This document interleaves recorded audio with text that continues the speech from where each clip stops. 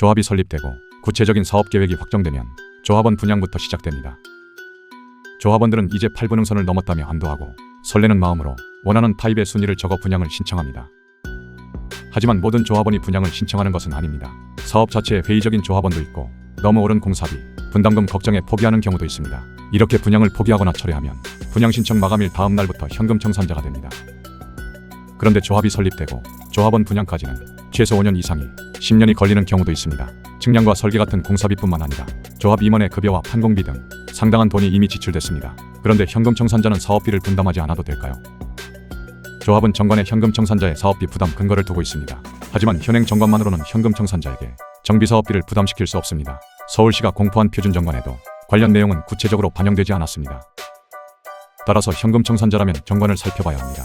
정관에 청산 관련 상세 규정이 없다면 사업비 분담은 걱정하지 않아도 됩니다. 반대로 조합원 분양이 저조할 수 있는 경우라면 조합은 판례 취지를 반영한 정관 규정부터 마련해야 합니다.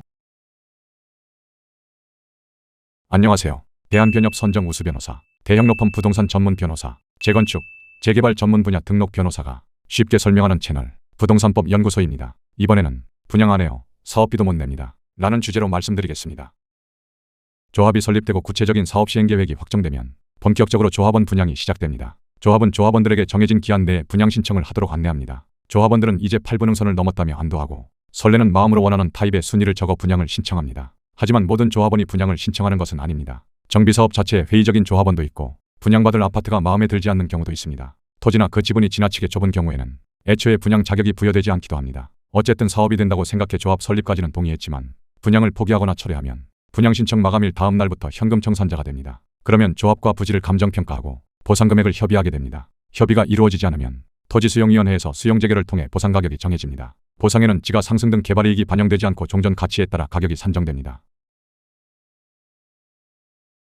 하지만 조합이 설립되고 분양 신청을 받아 관리처분 계획이 인가된 후 조합원 분양이 완료되기까지는 최소 5년 이상이 소요됩니다. 10년이 걸리는 경우도 드물지 않습니다. 그동안 측량과 설계 같은 공사비뿐만 아니라 조합 임원의 급여와 판공비 등 조합 운영비도 상당히 지출됐습니다. 오랜 기간 사업을 함께 진행하며 비용이 발생한 것입니다. 조합은 현금 청산자에게도 발생한 사업비 중 일부를 부담시키고 싶어합니다. 동업하다가 갈라서더라도 비용을 분담하는 것이 일반적인 것처럼 현금 청산자 역시 일부 비용을 부담하는 것이 당연하다는 주장입니다. 반면 현금 청산자는 이제 사업에서 빠지는 상황인데 왜 비용을 분담하는 것인지 억울하게 느껴질 수 있습니다.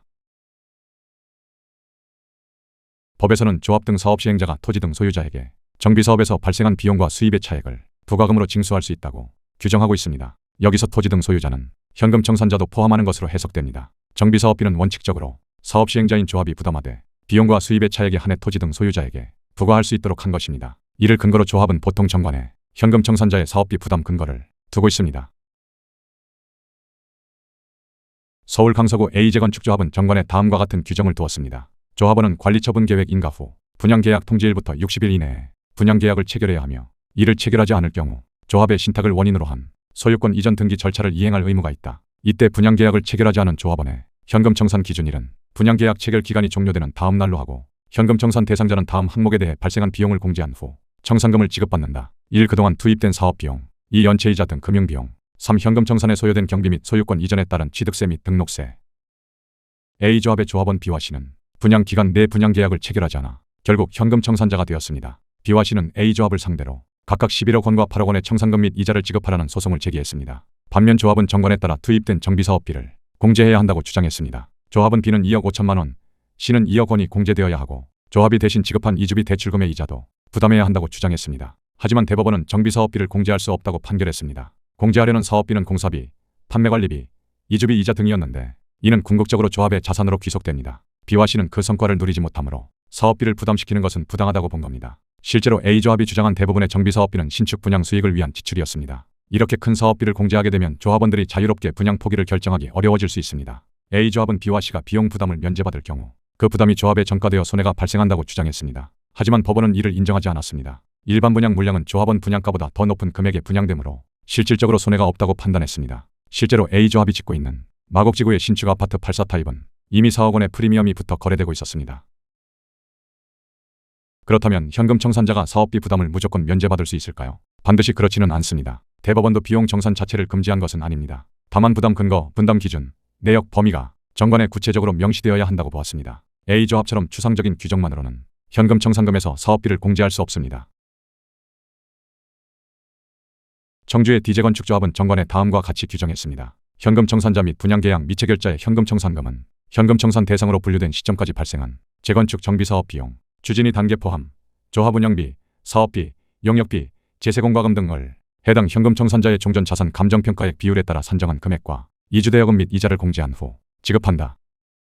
이 조항은 A조합보다 구체적이었지만 대법원은 여전히 부족하다고 판단했습니다. 정관의 구체적인 비용 항목과 부담 기준이 명시되지 않았고 단순히 사업비라고만 표현된 것은 예측 가능성이 부족하다고 보았습니다. 현재 대부분의 정관만으로는 현금 청산자에게 정비사업비를 부담시킬 수 없습니다. 서울시가 공포한 표준정관에도 관련 내용은 구체적으로 반영되지 않았습니다. 따라서 현금 청산을 선택할 때에는 반드시 정관을 살펴봐야 합니다. 정관에 청산 관련 상세 규정이 없다면 사업비 분담은 걱정하지 않아도 됩니다. 반대로 조합원 분양이 저조할 수 있는 경우라면 조합은 대법원 판례 취지를 반영한 정관 규정을 마련해야 합니다. 정리합니다. 첫째, 분양을 받지 않는 조합원은 현금 청산되고 개발이익이 제외된 현가로 보상받는다. 둘째, 현금 청산자는 사업을 부담해야 한다는 막연한 정관 규정만으로는 현금 청산자에게 비용을 부담시킬 수는 없다. 현금 청산자는 조합 정관을 확인하자. 셋째, 현금 청산되는 조합원에게 사업 비용을 부담시키려면 정관의 판례의 취지를 반영한 상세한 조항 두어야 한다. 표준 정관으로는 안 된다. 채널 구독과 좋아요를 해야 하는 이유가 있습니다. 구독과 좋아요를 해두지 않으면 영상을 다시 찾는데 시간이 많이 걸립니다. 영상 내용을 찾아봐야 할 때가 분명히 있습니다. 물론 영상 제작에도 큰 힘이 됩니다. 이상 부동산범연구소였습니다. 자세한 내용은 네이버 블로그에서 동명 주제로 찾아보시면 됩니다. 감사합니다.